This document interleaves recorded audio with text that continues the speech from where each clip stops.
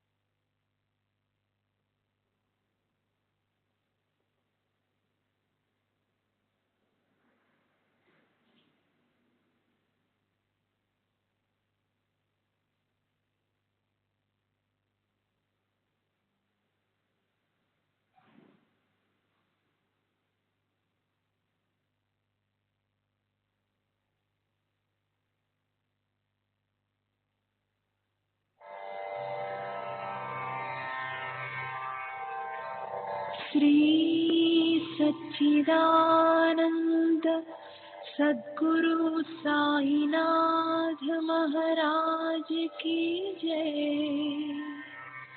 सद्गुरु श्री साईनाथुनि शरद बाबूजी की जय।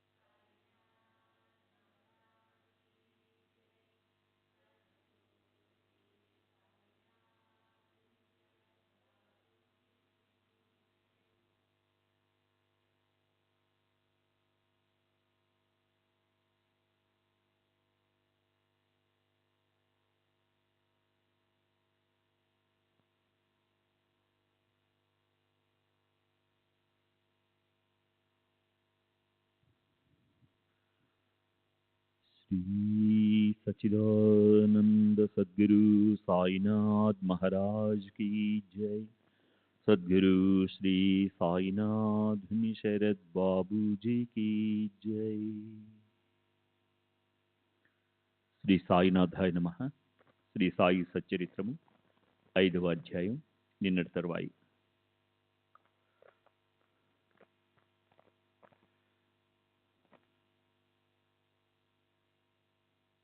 ఈ విధంగా 3 సంవత్సరాలు శ్రమపడగా ఎందుకు పనికిరాని ఆ స్థలంలో ఉద్యానవనం తయారైంది. ఆ స్థలానికి మంచి యోగం పట్టింది. ఇప్పుడు ప్రజలు ఆ భవనాన్ని ఉపయోగించుకుంటున్నారు. ఇక్కడే వేప చెట్టు క్రింద బాయి అను ఒక భక్తుడు అక్కలకోట స్వామి యొక్క పాదుకలను సాధకులు పూజించాలనే ఉద్దేశంతో స్థాపించాడు. అతడు తన ఉపాస్య దైవమైన అక్కలకోట స్వామి సమర్థ పటాన్ని నిత్యం నియమనిష్టలతో పూజించేవాడు. అక్కలకోట వెళ్ళి స్వామివారి పాదుకలను దర్శనం చేసుకోవాలని, భక్తిగా పూజోపచారాలను సమర్పించుకోవాలని అతనికి సంకల్పం కలిగింది. ముంబై నుండి బయలుదేరాలని ప్రయాణానికి సిద్ధం చేసుకుని అక్కడికి ఆ మర్నాడు వెళ్లాలన్న నిశ్చయం మారి షిరిడీ మార్గం పట్టాడు. కారణం, అతడు ప్రయాణం అవ్వాలని తలచిన ముందు రోజు అతనికి స్వప్నంలో ప్రస్తుతం నా స్థానం షిరిడీలో, నీవు అక్కడికి వెళ్ళు అని స్వామి సమర్థ ఆజ్ఞాపించారు. వారి ఆజ్ఞను శిరసావహించి ముంబై నుండి ప్రయాణమై షిరిడి వెళ్లి అక్కడ 6 నెలలు ఆనందంగా గడిపే భాగ్యాన్ని పొందాడు. పూర్ణ నిష్ఠావంతుడైన బాయి తనకు కలిగిన ఈ దృష్టాంతం చిరస్మరణీయంగా ఉండాలని వేప చెట్టు క్రింద పాదుకలను స్థాపించాడు. శక సంవత్సరం 1834లో శ్రావణ మాసం శుక్లపక్ష పర్వకాలంలో స్వామి పాదుకలను వేప చెట్టు క్రింద భక్తి ప్రేమలతో స్థాపించాడు. ఒక శుభముహూర్తాన దాదా కేల్కర్ చేతుల మీదుగా విధి విధానాలతో శాస్త్రోక్తంగా ఉపాసని మహారాజ్ స్వయంగా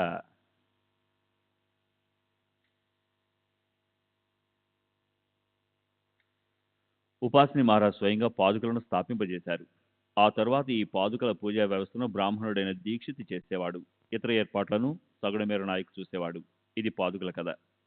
ఈ విధంగా ఏ వికారాలు లేని సత్పురుషులు పరమేశ్వరుని ప్రత్యక్ష అవతారాలు. లోక కళ్యాణానికి, జగత్తును ఉద్ధరించడానికి వీరు అవతరిస్తారు. కొంతకాలం జరిగిన తరువాత ఆశ్చర్యకరమైన సంఘటన జరిగింది. శ్రద్ధగా శ్రవణం చేస్తే శ్రోతలకు విచిత్రంగా అనిపిస్తుంది. తమలపాకులు నమ్ముకునే మొహిద్దీన్ బాయి అనేవానికి బాబాకు మధ్య వివాదం ఏర్పడి అది కుస్తీకి దారితీసి ఇద్దరూ పరస్పరం పోట్లాడారు. ఇద్దరూ చతురులైన పహిల్వాన్లే. అయినా విధి ఎదుట ఎవరి బలం సాగదు. బలవంతుడైన మొహిద్దీన్ చేతుల్లో బాబా పరాజితులయ్యారు. అప్పటి నుండి నిశ్చయించుకుని బాబా తమ దుస్తులన్నీ మార్చేశారు. లంగోటిని కట్టుకుని కఫ్నీని తొడుక్కున్నారు. తలకు రుమాలు చుట్టుకున్నారు. వారికి కూర్చోవడానికి ఆసనం గోనెపట్ట, పడుకోవడం కూడా గోనెపట్ట పైనే. పాత చింగి గుడ్డలను ధరించి వానితోనే సంతృప్తి చెందేవారు. మహారాజు పదవి కంటే పేదరికం శ్రేష్టం. పేదరికం అసలైన రాజరికం. ఐశ్వర్యం కంటే పేదరికం 1,00,000 రెట్లు శ్రేష్టం. అల్లాబాయి పేదల బంధువు అని బాబా ఎల్లప్పుడూ అంటుండేవారు. గంగగిరి కూడా ఇలాంటి స్థితికి లోనయ్యాడు. అతనికి కుస్తీలపై ఎంతో మోజు. ఒకసారి కుస్తీ పడుతుండగా అతనికి వైరాగ్యం కలిగింది. యోగ్యమైన సమయం సమీపించింది. ఒక సిద్ధపురుషుని వాణి పలికింది. దేవునితో ఆడాలి. అలా ఆడుతూ శరీరం అరిగిపోవాలి. అతడు కుస్తీ పడుతుండగా అనుగ్రహ రూపమైన ఈ వాణి అతని చెవులలో పడింది. అంతే. ప్రపంచానికి తిలోదకాలు వదిలి అతడు పరమార్థ సాధనలో పడ్డాడు. పుణతాంబ సమీపంలో గోదావరి నది యొక్క ఉభయ ప్రవాహాల మధ్య ఇతని మఠం ఉంది. ఇతని సేవకై శిష్యులు కూడా ఉన్నారు. సాయిబాబా ఏదైనా సరే అడిగే వాటికే జవాబిచ్చేవారు. వారెప్పుడూ స్వయంగా ఎవరితోనూ మాట్లాడేవారు కాదు. పగలు వేప చెట్టు క్రింద కూర్చునేవారు. ఒక్కొక్కప్పుడు గ్రామ శివారులలో ఉన్న కాలువల దగ్గర తుమ్మ చెట్టు క్రింద నీడలో కూర్చునేవారు. మరొకప్పుడు మధ్యాహ్నం కానీ సాయంత్రం కానీ అక్కడి నుండి మైలు దూరంలో ఉన్న నీమ్గాంవ్ పరిసరాలకు వెళ్ళేవారు. అలా పగలు స్వేచ్ఛగా విహరించేవారు. నీమ్గాంవ్ యొక్క జాగీర్దారు పదవిలో ప్రసిద్ధుడైన త్రయంబక్ డెంగ్లే ఇంటిలో ఉన్న బాబాసాహెబ్ డెంగ్లే పైన బాబాకు అమితమైన ప్రేమ. నీమ్గాంవ్ గ్రామానికి వెళ్ళినప్పుడు బాబా అతని ఇంటికి రోజంతా అతనితో ప్రేమగా మాట్లాడేవారు. అతని తమ్ముడు నానాసాహెబ్కు పుత్ర సంతానం లేక మనసులో బాధపడేవాడు. మొదటి భార్యకు సంతానయోగం లేకపోవడం వలన ద్వితీయ వివాహం చేసుకున్నాడు. అయినా విధి తప్పించుకోలేనిది. దైవ నిర్ణయం అగాధం. అతనిని బాబాసాహెబ్ సాయి దర్శనానికి పంపాడు. బాబా యొక్క ఆశీర్వాద అనుగ్రహాలతో నానాకు పుత్ర సంతానం కలిగింది. ఆ తర్వాత సాయిబాబా దర్శనానికి జనసముదాయం గుంపులుగా రాసాగారు. సాయి యొక్క కీర్తి అలా అభివృద్ధి అవుతూ వారి విషయం అహ్మద్నగర్ వరకు పాకింది. అక్కడి ప్రభుత్వ కార్యాలయానికి నానాసాహెబ్ తరచుగా వస్తూ ఉండేవాడు. అక్కడే చిదంబర్ కేశవ్ ఆ జిల్లా కలెక్టర్ వద్ద కార్యదర్శిగా ఉండేవాడు. ఇతడు సాయి సమర్థుని దర్శనానికి భార్యాబిడ్డలను బంధుమిత్రులను వెంటబెట్టుకుని రమ్మని నానాకు ఉత్తరం రాశాడు. ఈ విధంగా షిరిడీకి ఒకరి వెనుక ఒకరు అనేకులు రాసాగారు. దాంతో బాబా యొక్క లౌకిక పరివారం కూడా పెరిగింది. సాయిబాబాకు ఎవరి సాంగత్యమో అవసరం లేకపోయినా భక్త పరివారం రోజంతా వారి చుట్టూ మూగి ఉండేది. సూర్యుడు అస్తమించాక వారు షిరిడీలోని పాడుబడిన మసీదులో నిద్రించేవారు. శరీరం పైన పాదాల వరకు జీరాడే కఫ్నీని ధరించేవారు. తలకు తెల్లని వస్త్రం ఉండేది. వారి వద్ద ఎల్లప్పుడూ చిలుం, పొగాకు, రేకు డబ్బా, సటక కర్ర ఉండేవి. వారు ఉతికిన తెల్లని వస్త్రాన్ని తలకు చుట్టి చెవి వెనుక జటాజుటంలా ముడివేసుకునేవారు. ఈ విధంగా దుస్తులు ధరించి 8 రోజులు కూడా స్నానం చేయకుండా ఉండేవారు. వారి పాదాలకు జోళ్లు గాని చెప్పులు గాని ఉండేవి కావు. ఒక గోనెపట్టా పైన కూర్చునేవారు. ఆ గోనెమొక్కపైనే ఎల్లప్పుడూ కూర్చునేవారు. తలగడ ఎటువంటిదో వారు ఎరుగరు. ఉన్నదానితోనే వారు సంతృప్తిగా ఉండేవారు. ఆ పాత గోనెముక్కే వారికి ప్రియమైన ఆసనం.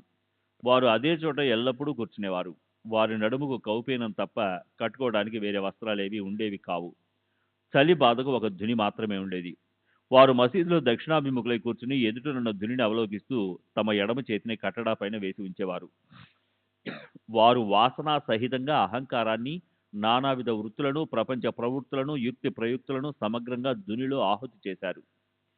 ఆ ప్రజ్వలమైన అగ్నిగుండంలో జ్ఞానాభిమానమనే సమిధులను వ్రేల్చారు. వారి నోట ఎల్లప్పుడూ అల్లా మాలిక్ అన్న ఉచ్చారణ ఉండేది. అలా వారి పతాకం ఎప్పుడూ ఎగురుతూ ఉండేది. ఆ మసీదైనా ఎంత? మొత్తం స్థలమంతా 2 స్తంభాల మధ్య ఉన్నంత. అందులోనే బాబా కూర్చోవడం, లేవడం, పడుకోవడం, అందరినీ కలుసుకోవడం. వారికి గద్దె, ఆనుకోవడానికి తలకడ అవి ఇప్పుడొచ్చాయి. మొదట్లో వారి సమీపానికి వెళ్ళడానికి అందరికీ భయమే. క్రీస్తు శకం 1912 సంవత్సరం నుండి మసీదులో కొత్త రకం మార్పు ప్రారంభమైంది. మసీదు నేలలో మోకాలి లోతులో గుంతలుండేవి. భావికులైన భక్తుల ద్వారా ఒక్క రాత్రిలో నేలను చదును చేసి బండలు పరచబడ్డాయి. మసీదులో నివసించడానికి రాక మునుపు బాబా తకియాలో చాలా కాలం హాయిగా ఉన్నారు. అక్కడ వారు తమ కాళ్లకు గజ్జెలు కట్టుకుని ఖంజరీ తాళానికి అనుగుణంగా అతి సుందరంగా నృత్యం చేసేవారు. భక్తితో శ్రావ్యంగా పాడేవారు కూడా. మొదట్లో సాయి సమర్థులకు దీపోత్సవం అంటే చాలా ప్రీతి. అందుకోసం వారు స్వయంగా దుకాణదారుల వద్దకు వెళ్లి నూనెను అడిగేవారు. రేకు డబ్బా చేతబుచ్చుకుని నూనె వర్తకుల అంగళ్లకు స్వయంగా వెళ్లి నూనెను అడిగి తెచ్చి ప్రమిదలలో నింపేవారు. దేవాలయాలలోనూ మసీదులను ప్రకాశవంతంగా దీపాలను వెలిగించేవారు. అలా కొన్ని రోజుల వరకు ఆగకుండా జరిగింది. దీపారాధనలో బాబాకు బహు ప్రేమ. దీపావళి వలె దీపోత్సవాన్ని చేసేవారు. చింకి గుడ్డలతో ఒత్తులను చేసి మసీదులో దీపాలను వెలిగించేవారు. రోజు ఉచితంగా నూనెను అడుక్కొని తెచ్చేవారు. దాంతో వర్తకుల మనసులో దురాలోచన కలిగింది. అందరూ కలిసి ఇక ఈ గొడవకు స్వస్తి చెప్పాలని నిశ్చయించుకున్నారు. తర్వాత బాబా నిత్య నియమానుసారం నూనెను అడగడానికి వెళ్ళగా అందరూ కూడా లేదని చెప్పారు. అప్పుడు ఆశ్చర్యంగా ఒక అద్భుతం జరిగింది. బాబా మౌనంగా తిరిగొచ్చారు. ప్రమిదలలో ఒట్టి పొడి ఒత్తులు వేశారు. నూనె లేకుండా ఏం చేస్తారో అని వర్తకులు వింతగా చూడసాగారు. బాబా మసీదులో పెట్టగోడపైన రేకు డబ్బాని తీసుకున్నారు. అందులో నూనె కొంచెమే ఉంది. దాంతో సంధ్యాదీపాన్ని వెలిగించడమే కష్టం. ఆ నూనెలో నీరు పోసి బాబా స్వయంగా త్రాగేశారు. ఆ విధంగా బ్రహ్మార్పణ చేసి ఒట్టి నీటిని తీసుకున్నారు. ఆ తర్వాత ఆ నీటిని ప్రమిదలలో పోసి వానిలో పొడి ఒత్తులను తడిపి అగ్గిపులను గీచి దీపాలను వెలిగించారు. నీటిలో దీపాలు వెలగడం చూసి వర్తకులు ముక్కు మీద వేలేసుకున్నారు.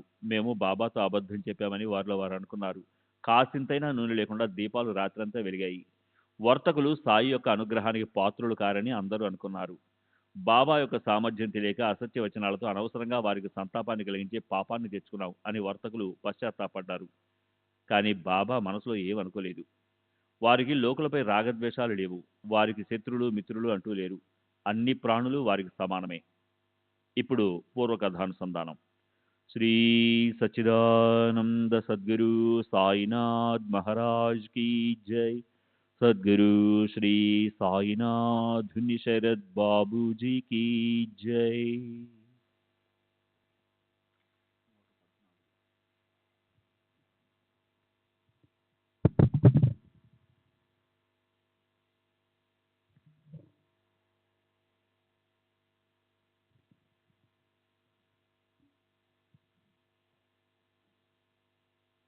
ఇప్పుడు పూర్వకథానుసంధానము.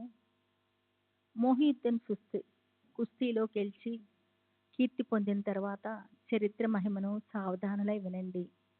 కుస్తీ జరిగిన తర్వాత 5వ సంవత్సరం అహ్మద్నగర్ నివాసి అయిన జవహర్ అలీ అనే ఒక ఫకీరు శిష్యులతో సహా రహతాకు వచ్చాడు. వీరభద్రుని దేవాలయ సమీపంలో ఒక ఖాళీ స్థలాన్ని చూసుకొని అక్కడ తిష్టి వేశాడు. ఫకీరు భాగ్యవంతుడు, అదృష్టవంతుడు. కాకపోతే అంతటా ప్రసిద్ధి చెందిన సాయి వంటి గొప్ప శిష్యుడు ఎలా లభిస్తాడు? ఆ ఊళ్ళో అనేక మంది ఉన్నారు. వారిలో ఎంతో మంది క్షత్రియ జాతీయులు కూడా ఉన్నారు. వారిలో ఒకడైన భగు సదాఫల్ అనే ఆ ఫకీరుకు సేవకుడయ్యాడు. ఫకీరు గొప్ప పండితుడు. ఖురాను షరీఫ్ అతనికి కరాతలమలకము. అందుచేత స్వార్థులు, పరమార్థులు, భావికులు అనేక రకాల వారు అతని చరణాలను ఆశ్రయించాడు. అతను అక్కడ ఈద్గా నిర్మాణాన్ని ప్రారంభించాడు. అలా కొంతకాలం గడిచాక వీరభద్రం దేవుని అపవిత్రం చేస్తున్నాడన్న ఆరోపణ అతనిపై పడింది. దాంతో ఆ ఈద్గా పని ఆగిపోయింది. ఫకీర్ను ఊరి నుండి బయటికి గెంటేశారు. అక్కడి నుండి అతడు షిరిడీకి వచ్చి మసీదులో బాబా వద్ద ఉన్నాడు. ఫకీరు గొప్ప మృదుభాషి కావటంతో ఊరివారు అతని భజనలో పడ్డారు. అతను బాబాను కూడా ఏదో మాయ చేసి తన వశం చేసుకున్నాడని జనులు అనుకున్నారు. అతడు బాబాతో నువ్వు నా శిష్యుడివని అన్నాడు. వినోద స్వభావం గల బాబా సరే అనగానే అతడు చాలా ఆనందించి బాబాను వెంట తీసుకుని వెళ్ళాడు. బాబా వంటి సాధు స్వభావం గల శిష్యునికి జవహర్ అలీ గురువయ్యాడు. ఆ ఇద్దరూ రహతాలో ఉండటానికి నిశ్చయించుకున్నారు. గురువుకు శిష్యుని గొప్పతనం తెలియదు, కానీ శిష్యునికి గురువు యొక్క అవగుణాలు తెలుసు. అయినా గురువుని ఎన్నడూ అనాదరణ చేయకుండా శిష్యుణ్ణి స్వధర్మాన్ని పాటించారు. గురువు నోటి నుండి వెలువడిన వచనాలను యోగ్యాయోగ్యాలను చూడకుండా తూచా తప్పకుండా పాటించారు. గురువు ఇంటికి నీరు కూడా మోశారు. గురుసేవ చేస్తూ అప్పుడప్పుడు షిరిడీకి వచ్చేవారు. అలా ఉండగా అప్పుడు ఏం జరిగిందంటే, అలా తరచూ వస్తూ పోతూ ఉన్న బాబా రహతాలోనే ఉండసాగారు. బాబా ఫకీరు వశమైపోయాడు. ఇక షిరిడీ విడిచిపెట్టినట్లే అని అనిపించింది. జవహర్ అలీ తన యోగ బలంతో సాయిని ఆకట్టుకున్నాడని జనులు కనిపించింది. కానీ శరీరాభిమానాన్ని దహింపజేసిన సాయి యొక్క వైఖరే వేరు. సాయికి అభిమానం ఎక్కడదని శ్రోతలకు సందేహం కలుగుతుంది. కానీ వారి ఆచరణ లోక కళ్యాణానికే. వారి అవతరణ కార్యము ఇదే. షిరిడీలోని భక్తులకు బాబా యందు అమితమైన ప్రేమ. వారికి బాబా తమ వద్ద లేకపోవటం అసమంజసంగా అనిపించింది. తమ సర్వస్వాన్ని జవహర్ అలీ ఆధీనం చేసిన సాయిని చూసి షిరిడీ గ్రామస్తులు మనోవేదనకు గురయ్యారు. సాయిని ఏ విధంగా తమ స్వాధీనంలో తెచ్చుకోవాలి అన్న ఆలోచనలో పడ్డారు. ఆ ఇద్దరు గురు శిష్యులు ఐక్యత బంగారము దాని మెరుగు, దీపము దాని వెలుగు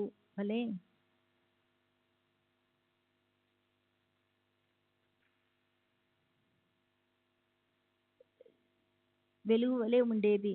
షిరిడీలోని భక్త సమూహము రథాలోని ఈద్గా వద్దకు వెళ్ళారు. గట్టి ప్రయత్నం చేసి బాబాను వెంట పెట్టుకొని షిరిడీ తిరిగి రావాలని అనుకున్నారు. కానీ బాబా దానికి వ్యతిరేకంగా ఫకీరు మహా కోపిష్టి, అతని జోలికి వెళ్ళకండి, అతడు నన్ను అస్సలు విడిచిపెట్టడు, మీరిక్కడి నుండి పలాయనం చిత్తగించండి. ఇప్పుడు ఊళ్ళో నుండి వచ్చి మీ పని పడతాడు. అతని కోపము పరమ కఠినం. రాగానే ఉగ్రుడై మండిపడతాడు. వెంటనే బయలుదేరి వెళ్ళి షిరిడీ దారి పట్టండి అని చెప్పారు. ఇప్పుడు ఏమిటి కర్తవ్యం? బాబా ఇలా వ్యతిరేకంగా చెప్పారేమిటి అని అనుకోసాగారు. ఇంతలో అకస్మాత్తుగా ఫకీర్ వచ్చాడు. కురవాడి కోసం వచ్చారా? ఇక్కడ ఏం మాట్లాడుకుంటున్నారు? షిరిడీ మళ్ళా తీసుకువెళ్లాలనే ఉద్దేశంతో వచ్చారు కదూ, ఆ శ్రమ పడకండి అని మొదట అన్నా, గ్రామస్తుల ఒత్తిడికి మెత్తపడి కుర్రవాణి వెంట నన్ను కూడా తీసుకుని వెళ్ళండి అని అన్నాడు. ఆ విధంగా ఫకీర్ కూడా బాబా వెంట వచ్చాడు. అతడు బాబాను విడిచిపెట్టడు, బాబా కూడా అతన్ని విడిచి ఉండరు. ఇది ఎలా సంభవం అర్థం కాలేదు. సాయి పరబ్రహ్మమూర్తి, జవహర్ అలీ భ్రమలతో కూడిన గుమ్మడి పండు. దేవీదాసు పరీక్షించగా షిరిడీలో అతని బండారం బద్దలైంది. దేవీదాసు సుందరమైన ఆకారంతో, తేజవంతమైన కళ్ళతో, మనోహరమైన రూపం కలవారు.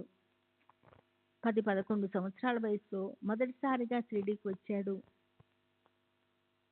ఆ లేత వయసులో అతనికి నడుముకి ఒక లంగోటి మాత్రమే ఉండేది. యాత్రికునిగా వచ్చి మారుతి దేవాలయంలో దిగాడు. అప్పా బిల్లా మహల్సాపతి అతని వద్దకు వచ్చి పోతుండేవారు.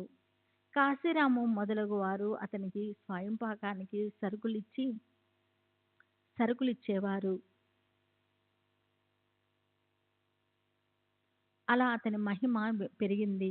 బాబా పెళ్లివారితో కలిసి షిరిడి రావడానికి 12 ఏళ్ల ముందే దేవిదాసు వచ్చి షిరిడీలో ఉండసాగాడు. ఇతడు అప్పాబిళ్ళకు పలకపైన వ్రాయటం నేర్పించాడు. వెంకటేశ స్తోత్రం చదివేవాడు. అందరితో కంఠస్థం చేయించేవాడు. అలా పాఠాలు నియమంగా జరిగేవి. దేవిదాసు మహాజ్ఞాని తాత్యా కోతే పాటేలు అతన్ని గురువుగా ఎన్నుకున్నాడు.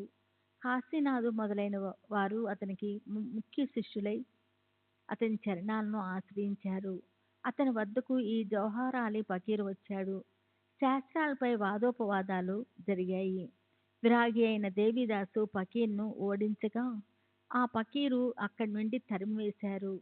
అతడు అక్కడి నుండి పోయి వైజాపూర్లో ఉన్నాడు. అనేక సంవత్సరాలకు తిరిగి వచ్చి సాయినాథునికి నమస్కరించాడు. తాను గురువు, అతడు శిష్యుడు అన్న అతని భ్రమ తొలగిపోయింది. బాబా అతన్ని పూర్వం వల్లే సత్కరించారు. పశ్చాత్తాపంతో అతడు పరిశుద్ధుడయ్యాడు. ఇటువంటివే బాబా అగాధ లీలలు. ఫకీరు యొక్క భ్రమలు విధివశాత్తు తొలగిపోయే వరకు తాను గురువు, బాబా శిష్యుడు అనే భావాన్ని బాబా ఆదరించారు. అతని గురువు పదవి అతనిది, మరి మన శిష్య పదవి మనది అన్నది ఇక్కడ ఉపదేశము. దీన్ని సాయినాథులు స్వయంగా ఆచరించారు. మనం ఎవరికి సంబంధించిన వారమైనా కావచ్చు, లేదా ఎవరమైనా మన వారిగా చేసుకోవచ్చు. దీనికంటే వేరుగా ఉండటం మంచిది కాదు. దానివల్ల భవసాగర తీరాన్ని చేరుకోలేరు. ఈ సందర్భంలో ఇది ఒక బోధ. కానీ అహాన్ని త్యజించాలని మనసును నిశ్చయించుకున్న వారు అరుదు. అట్టి నిరాభిమానులు శరీర అభిమానాన్ని జయించగలరు. ఇక్కడ స్వబుద్ధి, కల్పన, చాతుర్యము పనికిరావు. తమ హితాన్ని సాధించదలిచిన వారు అభిమానరహితంగా ప్రవర్తించాలి.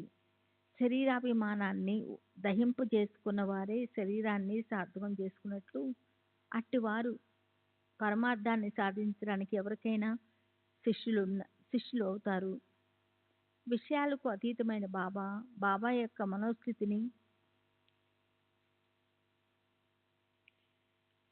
మనోస్థితిని గమనించిన వారంతా విస్మయం చెందేవారు. బాబా లేత వయసును చూసి, మనోహర రూపాన్ని చూసి జనులు విడ్డూరిపోయేవారు. జ్ఞానులు శరీర వ్యవహారాలు వారి పూర్వకర్మానుసారము జరుగుతాయి. వారికి ప్రారబ్ధ కర్మల భారము బాధలు ఉండవు. కర్మకు తాము కర్తలమని వారు తలపోయిరు. సూర్యుడు అంధకారంలోకి ప్రవేశించినట్లు జ్ఞానుల బుద్ధి ద్వైత భావంతో ఉండదు.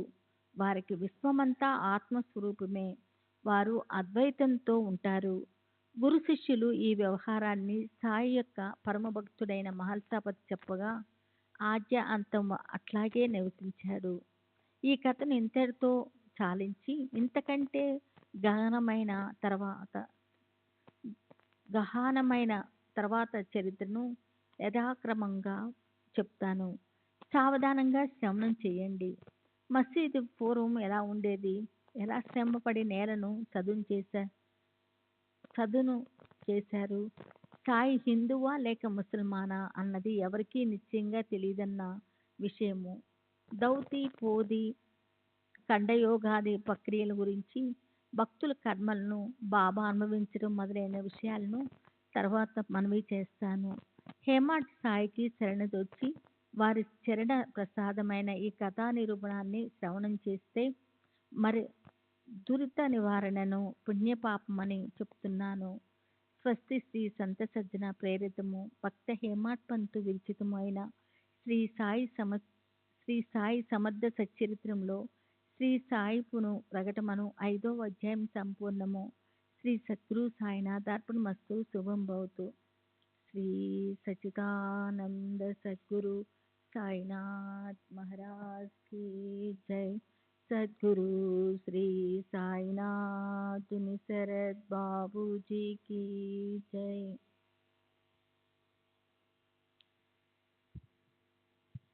श्री सच्चिदानंद सद्गुरु సాయినాథ్ మహారాజ్ की जय।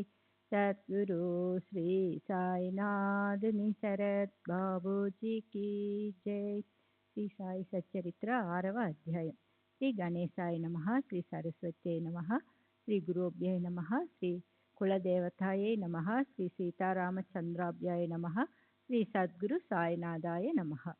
ప్రాపంచిక వ్యవహారంలోనైనా పరమార్థంలోనైనా సద్గురువే మనలను నడిపించే నావికుడు అయినప్పుడు వారే మనల్ని తీసుకుని వెళ్ళి ఆవలి ఒడ్డుకు దించుతారు। సద్గురువు అన్న పదం మనసులో మెదలగానే మొదట సాయియే గుర్తుకు వస్తారు। ప్రత్యక్షంగా వారు మన ఎదుట నిలిచి తమ అభయహస్తాన్ని మన శిరస్సున ఉంచుతారు। దునిలోని విభూతితో ఉన్న వారి వరదహస్తం మన మస్తకాన్ని తాకగానే హృదయంలో ఆనందం ఉప్పొంగుతుంది, ప్రేమ కళ్ళ నుండి ప్రవహిస్తుంది। గురువు యొక్క కరస్పర్శలోని విశిష్టత ఆశ్చర్యకరం। ఆ స్పర్శ ప్రళయాగ్నిలో కూడా దహింపబడని సూక్ష్మ శరీరాన్ని దహింపచేసి భస్మీభూతం చేస్తుంది।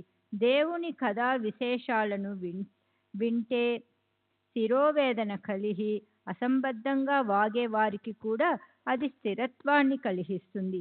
సాయి తమ కమలాన్ని శిరస్సుపై ఉంచితే అనేక జన్మల పరిపక్వ పాపాలు ప్రక్షాళనమై భక్తులు పావనులవుతారు।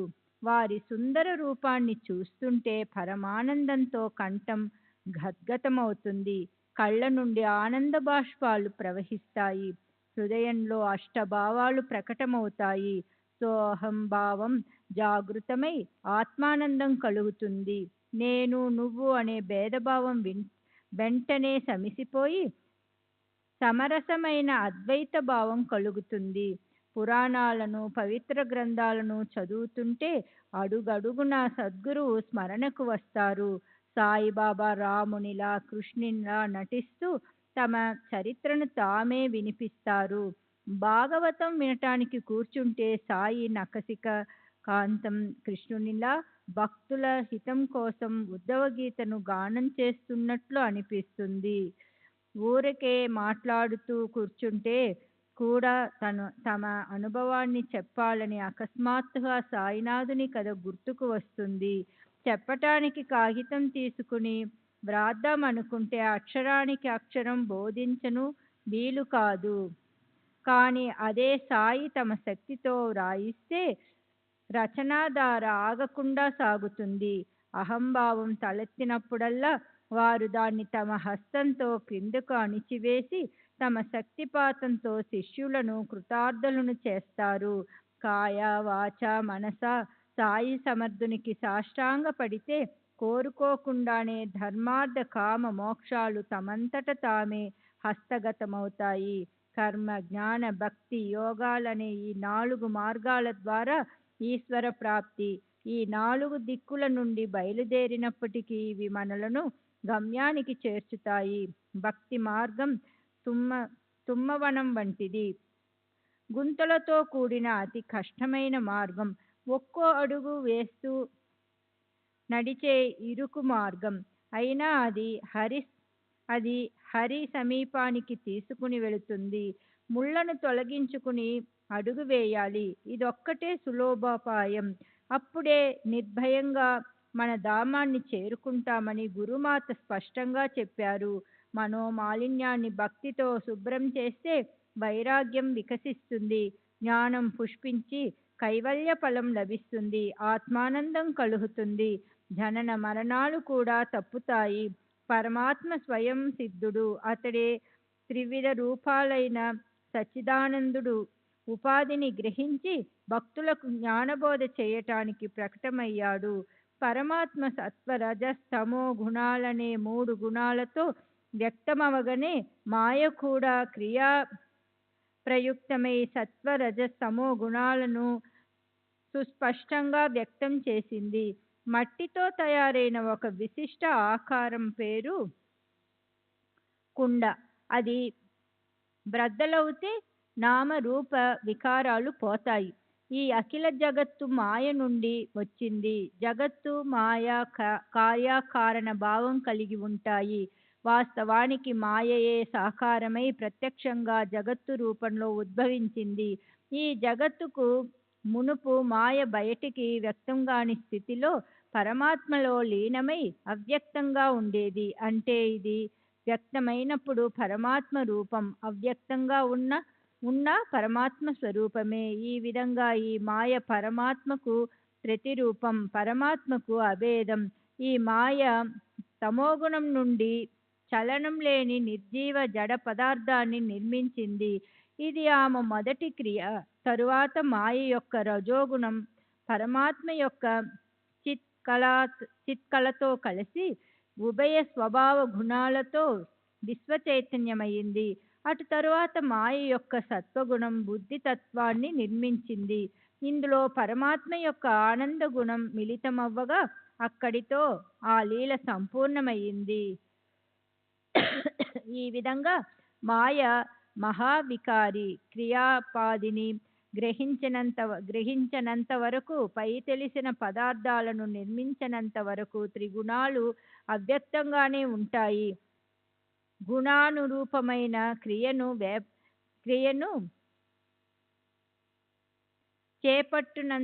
చేపట్టనంత వరకు మాయ వ్యక్తం కాదు. అంటే ఏ క్రియ చేయక అక్రియగా ఉన్నంత వరకు అది అవ్యక్తంగానే ఉంటుంది.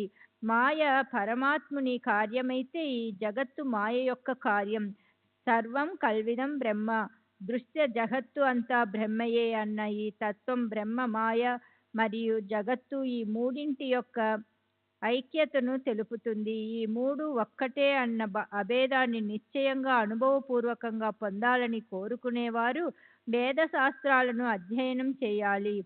సార అసార విచారశక్తి వేదశాస్త్రాలు, శృతులు, స్మృతులు, గురువచనాలు, వేదాంత వాక్యాల అనుభవం పరమానంద ప్రాప్తిని కలిగిస్తాయి. నా భక్తుల గృహాలలో అన్నవస్త్రాలకు లోటు ఉండదని సాయి అభయమించిన విషయం భక్తులకు అవగతమే. నన్ను అనన్యంగా భజించే వారి యొక్క మరియు నిత్యము పవిత్ర మనసులతో నన్ను సేవించే వారి యోగక్షేమాలు వహించడం నా వ్రతం. ఈ భగవద్గీత వచనాన్ని ప్రమాణంగా తీసుకోండి. ఇక్కడ అన్నవస్త్రాలకు కొరతే ఉండదు. వాని కొరకు మీ శక్తిని వ్యర్థం చేసుకోకండి అని సాయి అన్నారు. లౌకికమైన గౌరవ మర్యాదలను వదిలిపెట్టి దేవుని ద్వారం వద్ద తలను వంచండి. దేవుని ఎదుటే కొంగు చాచండి. దేవుని అనుగ్రహాన్ని పొందండి. లోకులు గౌరవించినంత మాత్రాన తనను తాను మరచిపోవాలా? ఆరాధ్యమూర్తి యొక్క అంతఃకరణం కరుణతో కరిగిపోయి చెమటలు పట్టాలి. ఈ ధ్యేయం మీదే ప్రీతి కలగాలి. సర్వేంద్రియాలకు భక్తి పిచ్చి పట్టాలి. ఇంద్రియ వికారాలు భక్తి వైపు మొగ్గాలి. ఇక ఇతర కోరికలు ఏముంటాయి? ఇతర విషయాలపై ప్రీతి లేకుండా ఎల్లప్పుడూ భజన జరగాలి. మనసు అన్నింటినీ మరచిపోయేలా నామస్మరణ యందు లగ్నమవ్వాలి. అప్పుడు శరీరం, గృహం, ధనం ఇవి గుర్తు ఉండవు. చిత్తం పరమానందంతో నిమగ్నమైపోతుంది. మనసు నిశ్చయంగా సమదర్శి అయి పరిపూర్ణమైన ప్రశాంతతను పొందుతుంది. సత్సంగం చేసిన ఫలితంగా చిత్తవృత్తి శాంతించాలి. అనేక విషయాలపై సంచలంగా భ్రమించే మనసుకు తల్లీలత ఎక్కడిది? శ్రోతలు ఈ సాయి చరిత్రను శ్రవణం చేస్తే మనసు భక్తి వైపు మల్లుతుంది. అందువల్ల సావధానులై శ్రద్ధ భక్తిభావంతో ఈ కథను వినండి. కథలలోని విషయాలను వింటే చంచలమైన మనసుకు తృప్తి, విశ్రాంతి కలుగుతాయి. అశాంతి నివృత్తి అయి సుఖం కలుగుతుంది. ఇప్పుడు పూర్వ కథానుసంధానం. శిథిలావస్థలో ఉన్న మసీదుని మరమ్మత్తు చేసే విషయం శ్రీరామజన్మ కథా సంకీర్తనం గురించి మనవి చేస్తాము. గోపాలగుండు అనే ఒక భక్తునికి బాబా యందు అమిత భక్తి. బాబా నామాన్ని ఎల్లప్పుడూ జపిస్తూ కాలం గడిపేవాడు. అతనికి సంతానం లేదు. తరువాత సాయి అనుగ్రహంతో పుత్రరత్నం కలిగి సంతుష్టుడయ్యాడు. సిరిడి గ్రామంలో ప్రతి సంవత్సరం ఒక జాతర లేక ఒక ఉరుసును ఏర్పాటు చేయాలని, అది అందరికీ ఉత్సాహకరంగా ఉంటుందని గోపాలగుండుకు సంకల్పం కలిగింది. ఈ విషయం తాత్యా కోతే, దాదా కోతే, మాధవరావు ప్రముఖులందరికీ సమ్మతమై దాని కొరకు అన్ని ఏర్పాట్లను చేయసాగారు. ఇలాంటి వార్షిక ఉత్సవానికి ముందుగా జిల్లా అధికారి యొక్క అనుమతిని పొందటం ఆవశ్యకమైన నియమం. అందుకొరకు ప్రయత్నించగా ఊళ్ళోని ఒక కులకర్ణి కుత్సిత బుద్ధితో అడ్డు తగిలి వ్యతిరేకించడం వలన కార్యంలో విఘ్నం ఎదురైంది. అలా కులకర్ణి అడ్డుపడిన పరిణామంగా షిరిడీలో జాతర జరగడానికి వీల్లేదని జిల్లా అధికారి ఆజ్ఞ జారీ అయింది. కానీ షిరిడీలో ఈ జాతర జరపాలని బాబా సంకల్పం కావడం వలన వారి ఆశీర్వాదం, వారి పూర్తి అనుమతి లభించాయి. గ్రామస్తులు మరల గట్టిగా ప్రయత్నించగా అధికారులు తమ ఆజ్ఞను మార్చి అందరి కోరికను మన్నించారు. అప్పటి నుండి బాబా సమ్మతితో రామనవమికి ఉత్సవం నిశ్చయమైంది. దాని ఏర్పాట్లన్నీ తాత్యా కోతే చూసేవాడు. ఉత్సవానికి జనం అమితంగా వచ్చేవారు. శ్రీరామనవమి రోజున భజన, పూజ సమారంభంతో రకరకాల బాజా భజంత్రీలతో నలువైపుల నుండి యాత్రికులు బాగా వచ్చేవారు. ప్రతి సంవత్సరం 2 క్రొత్త పతాకాలను వాద్యాలతో ఊరేగించి తెచ్చి మసీదు శిఖరానికి కట్టుతారు. అవి అక్కడే ఉంటాయి. శ్రీ సచ్చిదానంద సద్గురు సాయినాథ్ మహారాజ్ కీ జై. సద్గురు శ్రీ సాయినాథుని శరత్ బాబూజీ కీ జై.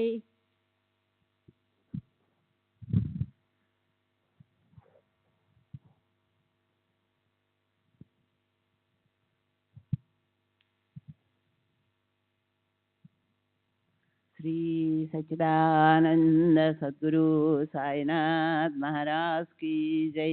सद्गुरु श्री సాయినాథుని శరత్ బాబూజీకి జై.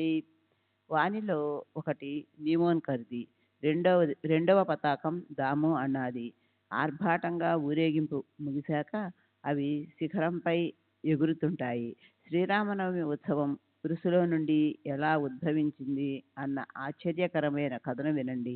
షిరిడీ యొక్క గౌరవాన్ని తెలుపుతుంది. శక సంవత్సరం 1833లో శ్రీరామనవమి మొదట ఉరుసు నుండి పుట్టింది. అప్పటి నుండి నిరాటంకంగా జరుగుతూ ఉంది. ప్రసిద్ధి చెందిన కృష్ణ జోగేశ్వర్ భీష్మునికి పరమ కళ్యాణప్రదమైన రామనవమి ఉత్సవం జరిపించాలన్న సంకల్పం కలిగింది. అప్పటి వరకు కేవలం ఉరుసు జాతర మాత్రమే సాగేది. అందులో నుండే ఆ 7 శుభప్రదమైన ఈ రామ జన్మోత్సవం ఉదయించింది. ఒకసారి భీష్ముడు ప్రశాంతంగా వాడాలో కూర్చుని ఉండగా కాకా మహాజని పూజా సామగ్రితో మసీదుకు బయలుదేరాడు. కాకా మనసులో సాయి దర్శన లాలస. ఆ పైన ఉరుసు ఉత్సవం. కాకా ఉత్సవానికై ఒకరోజు ముందుగానే షిరిడీలో హాజరయ్యాడు. సరియైన ఆ సమయంలో భీష్ముడు కాకాతో, నాకొక మంచి ఆలోచన స్ఫురించింది, నీవు నాకు సహాయం చేస్తావా అని అడిగాడు. రామ జన్మదినమైన ఈరోజు ఇక్కడ ప్రతి సంవత్సరం ఉరుసు జరుగుతోంది. ఉరుసుతో పాటు రామ జన్మోత్సవాన్ని కూడా ఏ శ్రమ లేకుండా జరపడానికి ఇది మంచి అవకాశం అని అన్నాడు. అతని అభిప్రాయం కాకాకు నచ్చింది. ముందు బాబా అనుమతి తీసుకో, వారి ఆజ్ఞ ఉండాలి కానీ ఇక కార్యానికి ఏం ఆలస్యం లేదు అని చెప్పాడు. ఉత్సవంలో సంకీర్తన అవసరం. మరి ఎవరు చేస్తారు అన్న ప్రశ్న. ఈ చిన్న గ్రామంలో హరిదాసు ఎక్కడి నుండి వస్తాడు అన్న ఒక సమస్య ఎదురైంది. భీష్ముడు, నేను సంకీర్తన చేస్తాను, నీవు హార్మోనియంతో శృతి కలుపు. రాధాకృష్ణాబాయి ప్రసాదానికి సొంటిపొడి తయారు చేస్తుంది. పద, బాబా వద్దకు పోదాం. శుభకార్యంలో ఆలస్యం కష్టకారకం. శుభానికి శీఘ్రత్వాన్ని జోడిస్తే ఆ కార్యాన్ని తప్పక సాధించవచ్చు. మనం వెళ్ళి బాబాను సంకీర్తన చేయడానికి అనుమతిని కోరుదాం అని అంటూ ఆ ఉభయులు మసీదుకు వెళ్ళారు. కాకా బాబా పూజను ఆరంభించగా బాబాయే అతనిని వాడాలో ఏం జరుగుతోంది అని ప్రశ్నించారు. కాకాకు ఏం అర్థం కాలేదు. వెంటనే బాబా అదే ప్రశ్నను వేరు విధంగా వేశారు. భీష్మునితో బువా ఏమిటి అంటున్నాడు అని అడిగారు. అప్పుడు కాకాను అప్పుడు కాకాకు గుర్తుకు వచ్చింది. తమ ఉద్దేశాన్ని బాబాతో విన్నవించాడు. బాబాకు ఆ విషయం నచ్చింది. అలా ఉత్సవం నిశ్చయమైంది. మరునాడు ఉదయం బాబా లేండికి వెళ్ళడం చూచి సభామండపంలో ఊయలను కట్టి సంకీర్తనకు సిద్ధమయ్యారు. తరువాత ఆ సమయానికి శ్రోతలు గుమిగూడారు. బాబా తిరిగి వచ్చారు. భీష్ముడు లేచాడు. కాకా వచ్చి హార్మోనియం ముందు కూర్చున్నాడు. ఇంతలో బాబా అతనిని రమ్మని కబురు పంపారు. బాబా నిన్ను రమ్మంటున్నారు అన్న కబురు విని కాకా మనసు మొగపోయింది. ఏం జరిగిందో తెలియలేదు. కథలో రసభంగం వాటిల్లకూడదు. బాబా యొక్క పిలుపు కాకాను కలవరపరిచింది. బాబాకు కోపం వచ్చిందా, సంకీర్తన నిర్విఘ్నంగా జరుగుతుందా అని అనుకుంటూ కాకా అడుగు ముందుకు వేస్తూ వెనుకకు చూస్తూ భయంగా నడుస్తూ మెల్లగా మెట్లు ఎక్కాడు. కానీ ఆలోచనలో పడ్డాడు. అతనిని బాబా ఎందుకు ఇక్కడ ఊయలను కట్టారు అని అడిగారు. కథా సంకీర్తన కోసమని విని బాబా ఆనందించారు. అక్కడే సమీపంలో ఉన్న నింబారి వద్ద నుండి అందమైన ఒక మాలను తీసి కాకా మెడలో వేసి ఇంకొక మాలను భీష్ముని కోసం ఇచ్చారు. ఊయలను గూర్చి అడిగినప్పుడు భయపడ్డా కాకా మెడలో మాల పడగానే అందరికీ ఊరట కలిగింది. అసలే భీష్ముడు బహుశ్రుత వివిధ కథా పారంగతుడు కనుక సంకీర్తన రసభరితంగా సాగింది. శ్రోతలు అపరిమితానందాన్ని పొందారు.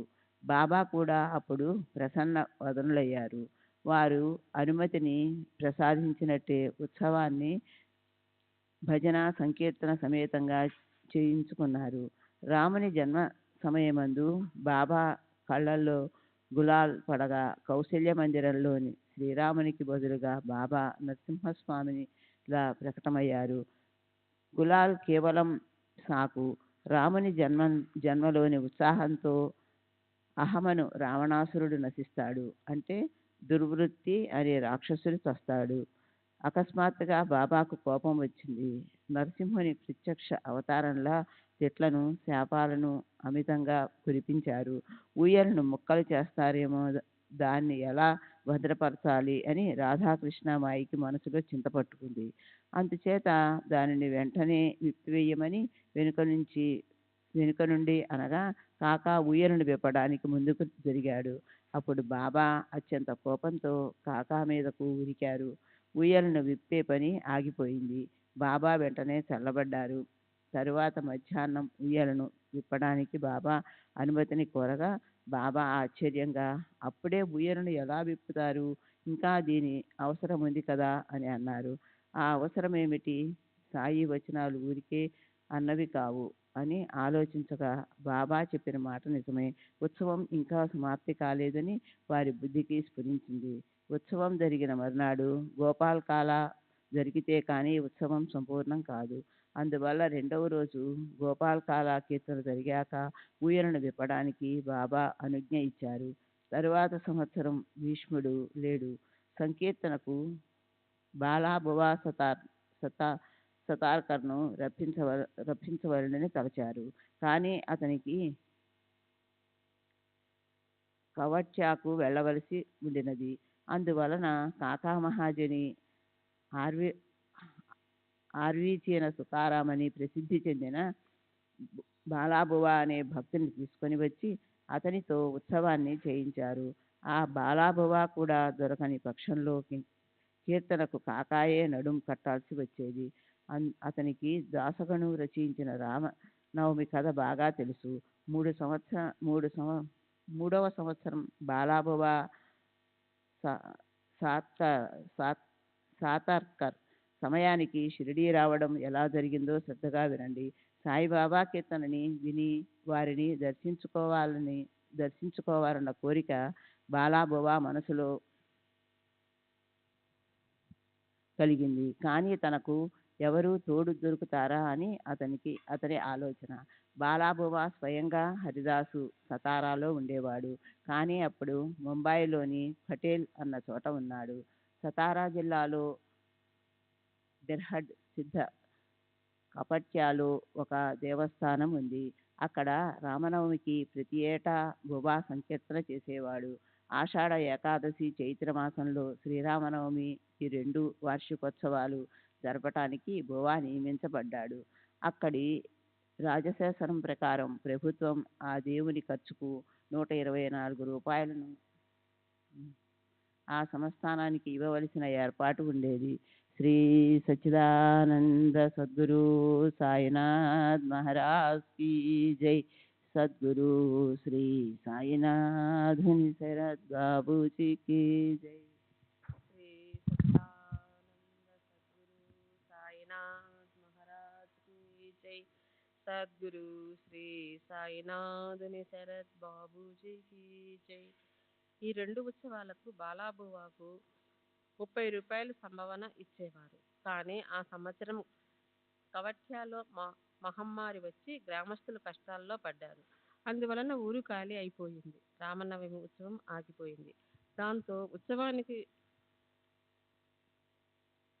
ఆ మరు సంవత్సరం రమ్మని బువాకు ఉత్తరం వచ్చింది. సారాంశం: రాముని సేవా భాగ్యం తప్పిపోయింది.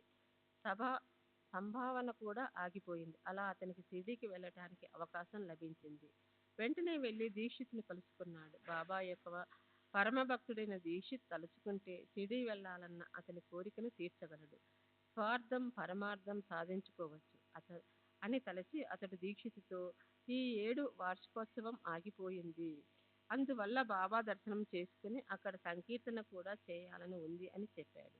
షిరిడీ నుండి వచ్చిన మహజని బాబూసాహెబ్ దీక్షిత్ అతనితో, మీకు సంభావన ఇవ్వకపోవటం బాబా ఇష్టం. దాని గురించి మేము నిశ్చయంగా చెప్పలేం. కానీ మీరు కీర్తన చేయటం సమ్మతమే అని చెప్పారు. ఇలా సంభాషణ జరుగుతుండగా అక్కడికి కాకా మహజని అకస్మాత్తుగా వచ్చి శుభశకునంలా షిరిడీ ప్రసాదాన్ని విభూతిని పంచాడు. అప్పుడే షిరిడీ నుండి వచ్చిన కాకా మహజని క్షేమ సమాచారాలను తెలుసుకుని తన ఇంటికి వెళ్ళిపోయాడు. తర్వాత దీక్షిత్ బువాతో ప్రేమగా బాబాను అడిగి తెలుసుకుని, వారు సమ్మతిస్తే మీకు తప్పక కబురు పెడతాను. నా ఉత్తరం అందగానే మీరు షిరిడీకి రండి. దారి ఖర్చులకు ఏం భయపడకండి. దానికోసం మీరేం కష్టపడకుండా నిశ్చితంగా ఉండండి అని చెప్పాడు. తర్వాత దీక్షిత్ షిరిడీ వెళ్ళాడు. బాబా అనుమతిని ఇచ్చారు. బాలాబువ షిరిడీకి వచ్చి మనసారా సాయిబాబా దర్శనం చేసుకున్నాడు. అలా సాయిబాబా రామనవమి ఉత్సవ వైభవాన్ని అందరి సమక్షంలో విశేషమైన ప్రేమతో బాలాబువాతో చేయించారు. తన కోరిక ఫలించినందుకు బాలాబువ సంతుష్టుడయ్యాడు. సాయిబాబా కూడా ప్రసన్నులయ్యారు. అందరి మనోభిష్టం నెరవేరింది. బువాకు 150 రూపాయల సంభావన కూడా ఇవ్వడానికి బాబా ఆజ్ఞ కాగా అతడు అపరిమిత ఆనందాన్ని పొందాడు. కవఠ్యాలో 5 సంవత్సరాలకు లభించే సంభావన బాబా ఒకే ఉత్సవంలో ఇస్తే మరి బువా ఎందుకు ఆనందించడు? బాబాకు ఎంతో కృతజ్ఞుడయ్యాడు. తర్వాత ఒకరోజు దాసగను షిరిడీకి రాగా ప్రతి సంవత్సరం రామనవమి ఉత్సవాన్ని జరిపించే బాధ్యతను బాబా అనుమతితో అతనికి అప్పగించారు. అప్పటి నుండి ఇప్పటి వరకు ఈ జన్మోత్సవం అతి వైభవంగా ఆర్భాటంగా జరుగుతుంది. పీకల వరకు తినేలా అన్న సంతర్పణ, పేద పిల్లలకు మహా ఆనందం. సమాధి మందిరం యొక్క మహాద్వారం వద్ద మంగళ వాద్యాలతో మేళతాళాలతో ఆనందంగా సాయినామ ఘోష అంబరాన్ని తాకుతూ ఉంటుంది. గోపాలగుండుకు ఉత్సవం జరపాలని సంకల్పం కలిగినట్లే శిథిలమైన మసీదును అందంగా రూపొందించాలని స్ఫూర్తించింది. మసీదును తాను బాగుపరచాలని నిర్ధారించుకుని దానికై రాళ్లను సిద్ధపరిచాడు. కానీ ఈ జీర్ణోద్ధరణ యోగం అతని భాగ్యంలో లేదు కాబోలు. ఈ విశిష్టమైన కార్యం బాబా మనసుకు నచ్చినట్లు సిద్ధించింది. శ్రీ సచ్చిదానంద సద్గురు సాయినాథ్ మహారాజ్ కీ జై. సద్గురు శ్రీ సాయినాథ్ శరత్ బాబూజీ కీ.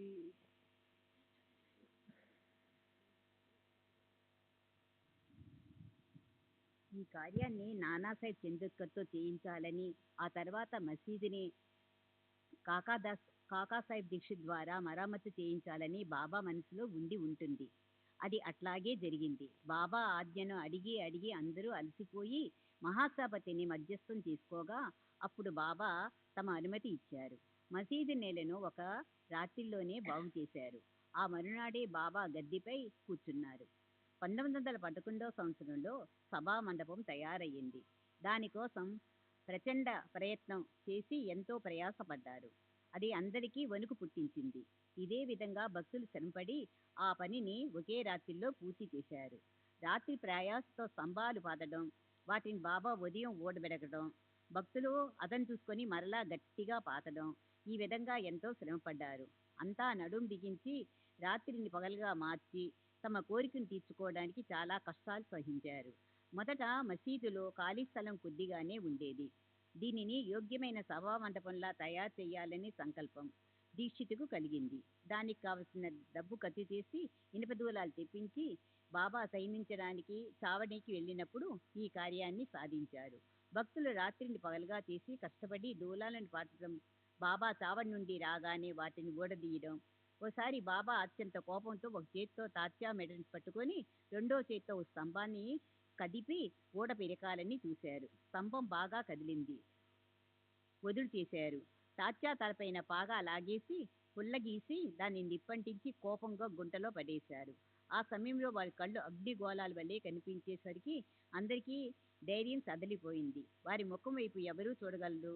వెంటనే బాబా తమ కపినీ జేబులో చెయ్యి వేసి ₹1 బయటికి తీసి అది సుముహూర్తంగా అన్నట్లుగా అక్కడ దాన్ని కూడా నిక్షిప్తం చేశారు. చెట్లను శాపాల వర్షంలా కురిపించారు. తాత్యా కూడా మనసులో చాలా కలవరపడ్డారు. ఆ వికట పరిస్థితి ఎలా జరిగిందా అని. అందరూ భక్తులు ఆశ్చర్యపోయారు. ఈ రోజు ఎందుకు దుశ్శకినాలు తాత్యా పటేలుకు కలిగాయి? ఈ బాధ ఎలా తొలగింది? బాగోజీ సిందే ధైర్యం చేసి మెల్లమెల్లగా ముందుకు జరిగారు. కానీ అతడు కూడా బాబా చేతికి చిక్కారు. బాబా అతన్ని తమ ఇష్టం వచ్చినట్లు బాగా గుద్దారు. మాధవరావు కూడా వారి చేతిలో పట్టుబడ్డారు. అతను కూడా ఇటుక దెబ్బకు ప్రసాదంగా పొందాడు. మధ్యస్థంగా వెళ్ళిన వారికి కూడా బాబా దెబ్బలతో అనుగ్రహించారు.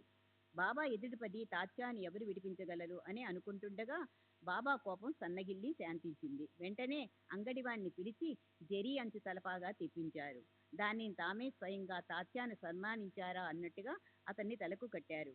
ఆ కోపానికి కారణం ఏమిటి? తాత్యాపై విరుచుకుపడడం, అరవడం ఎందుకు అని భక్తులు ఆశ్చర్యపోయారు. బాబా ఎందుకు కోపం వచ్చింది? క్షణంలోనే ప్రసన్న చిత్తులయ్యారు. దీనికి కారణం ఎవరికీ ఏమీ తెలియరాలేదు. బాబా ఒకప్పుడు శాంత విత్తుల వలె ఉండేవారు. కథను కబుళ్లను ప్రేమగా చెప్తూ ఉండేవారు. మరు నిమిషం ఏ కారణం లేకుండానే అకస్మాత్తుగా కోపాగ్రితులయ్యేవారు. ఇట్టి బాబా విషయాలు ఒకటని చెప్పుతూ పోతే మరొకటి గుర్తుకు వస్తాయి. ఏది చెప్పాలి, ఏది మానాలి? పక్షపాతం తగదు కదా. నా ఇష్టాయిష్టాలు చూడడం తగదు. ఈ కథను శ్రవణం చెయ్యాలన్నా శ్రోతల కోరికను తీర్చి కథలు సందర్భానుసారంగా ఉంటాయి. తర్వాత అధ్యాయంలో వృద్ధుల నోటి నుండి విన్న వారి గతి చరితాలను శ్రవణం చెయ్యండి. సాయిబాబా హిందువా లేక ముస్లిమా అన్న విషయాన్ని నాకు తోచిన విధంగా తెలియజేస్తాను. బాబా దక్షిణ నెపంతో డబ్బు తీసుకొని దేవాలయాల జీర్ణోద్ధరణకే ఖర్చు చేయడం, ధోతి పోతి కండయోగంలో తమ శరీరాన్ని ఎలా కష్టపెట్టేవారు, పరుల కోసం ఎలా శ్రమపడ్డారు, భక్తుల కష్టాలను ఎలా నివారిస్తారు అన్న వివరాలు తర్వాత అధ్యాయంలో స్పష్టపడతాయి. వీరిని విని శ్రోతలు సంతృష్టి పడండి. స్వస్యశ్రీ సంత సజ్జన పేరితం భక్త హేమద్ విరచితమైన శ్రీ సాయి సమర్థ సత్యత్తుల్లో రామ జన్మోత్సవ కథా వివరణ అన్న 6వ అధ్యాయం సంపూర్ణం. శ్రీ సద్గురు సాయి పాదార్పణమస్తు. శుభం భవతు. శ్రీ సత్యానంద సద్గురు సాయి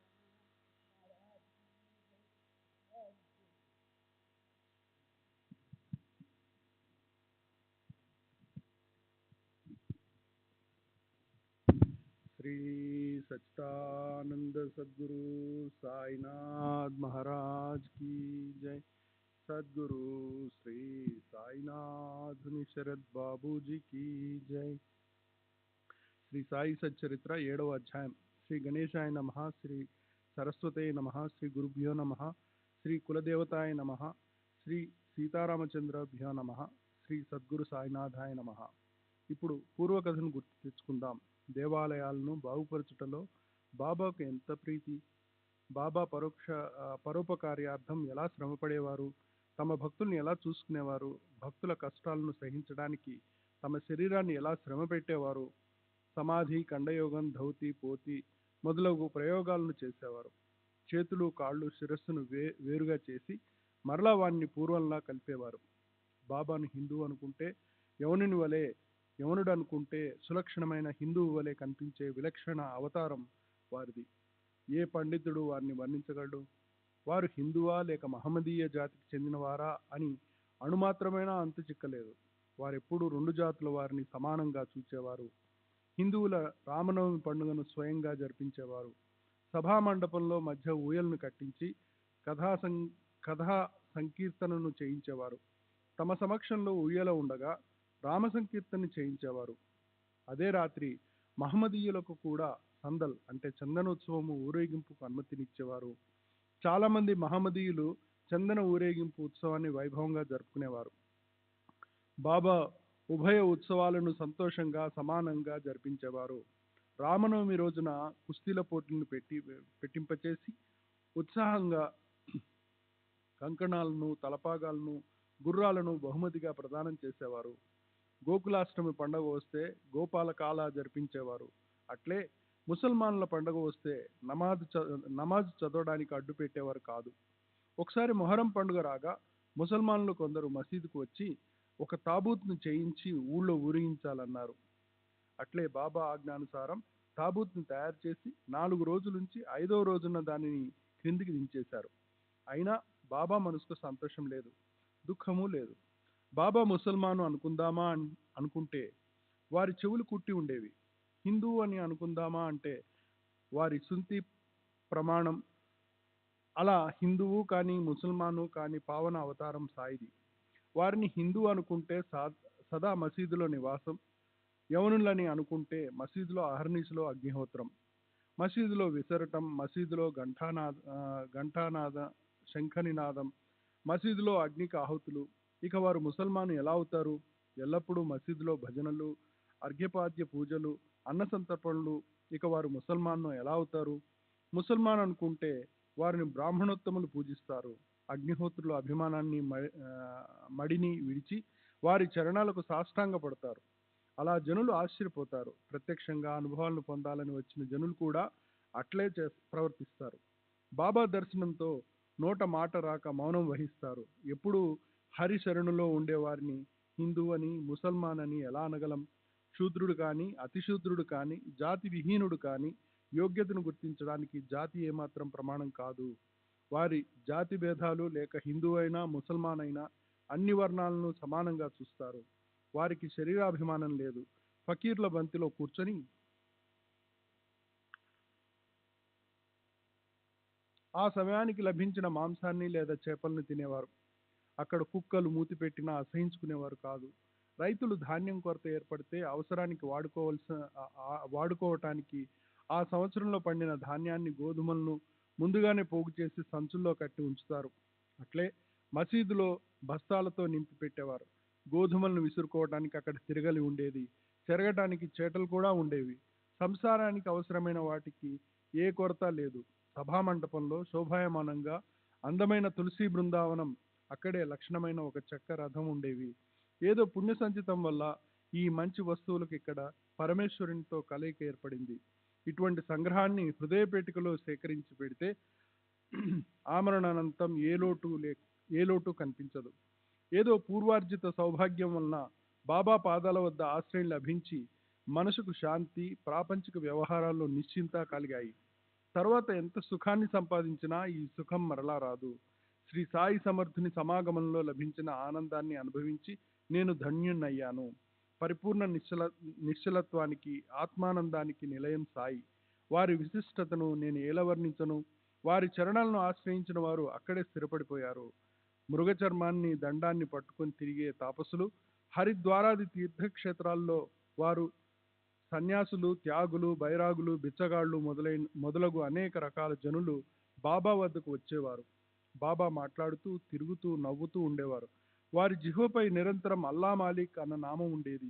వారికి వాదాలు, వితండవాదాలు అయిష్టం. వారి వద్ద ఎల్లప్పుడూ సటకా ఉండేది. వారు గొప్ప తపస్వి, మనోవికారాలను అణిచివేసి ఇంద్రియాలను నిగ్రహించిన వారు.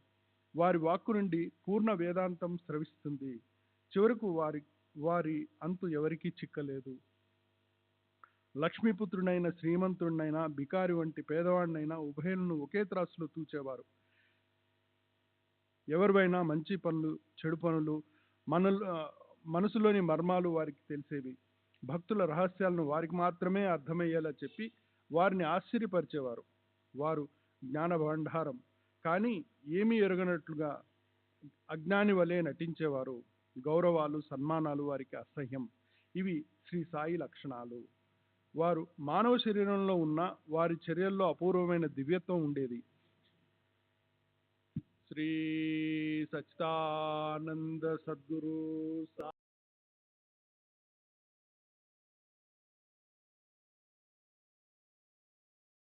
బాబూజీ की जय।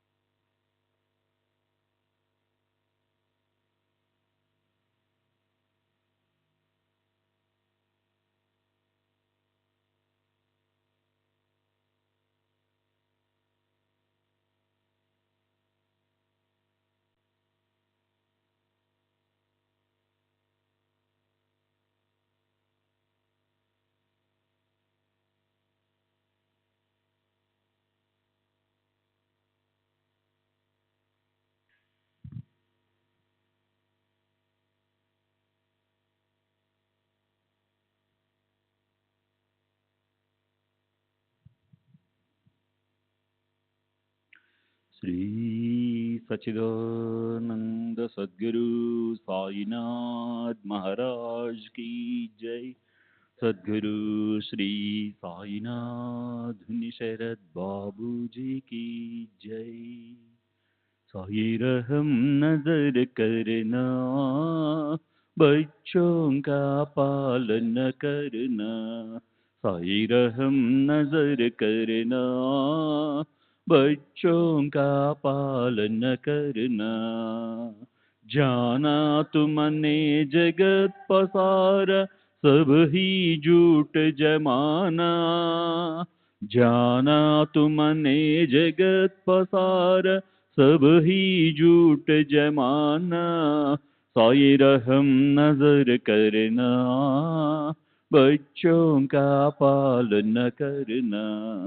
साई रहम नजर करना, बच्चों का पालन करना। मैं अंधा हूँ बंदा आपका, मुझसे पथ दिखलाना। मैं अंधा हूँ बंदा आपका, मुझसे पथ दिखलाना। साई रहम नजर करना, बच्चों का पालन करना। साई रहम नजर करना, बच्चों का पालन करना। दास गणों कहे अब क्या बोलूं, थक गई मेरी रसना। दास गणों कहे अब क्या बोलूं, थक गई मेरी रसना।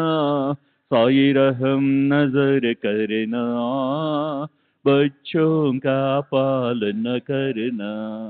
साई रहम नजर करना, बच्चों का पालन करना। रहमो नजर करो अब मोरे साई, तुम बिना नहीं मुझे माँ बाप भाई।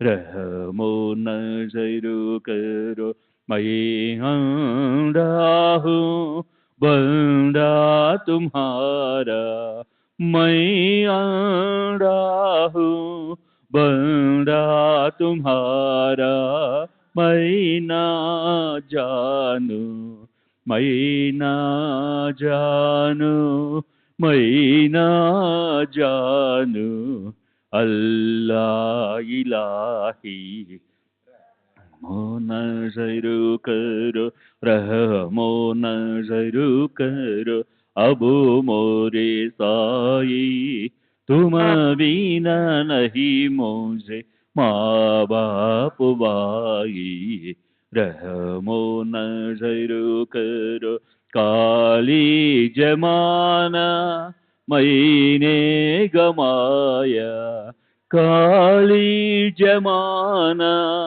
मैंने गमाया, साथी आखिर का, साथी आखिर का, साथी आखिर का, तुम बिना कोई, रहमो नजर करो, रहमो नजर करो, अब मोरे साई, तुम बिना नहीं मुझे माँ बाप भाई, रहमो नजर करो, अपने मस्जिद का झाड़ू गणो है, अपने मस्जिद का झाड़ू गणो है, मालिक हमारे, मालिक हमारे, मालिक हमारे,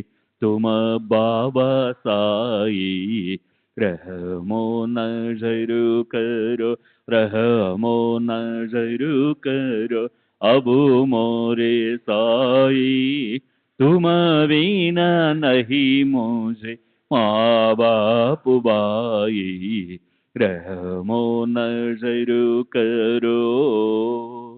श्री सच्चिदानंद सद्गुरु साईनाथ महाराज की जय।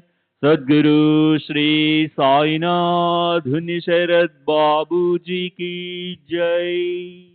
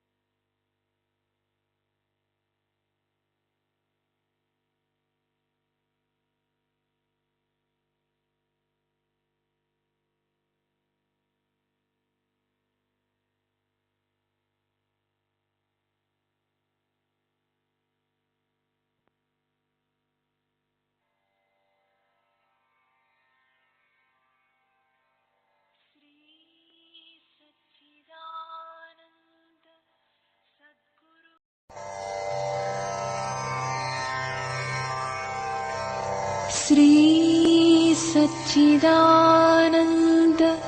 सद्गुरु साईनाथ महाराज की जय। सद्गुरु श्री साईनाथुनि शरद बाबू जी की जय।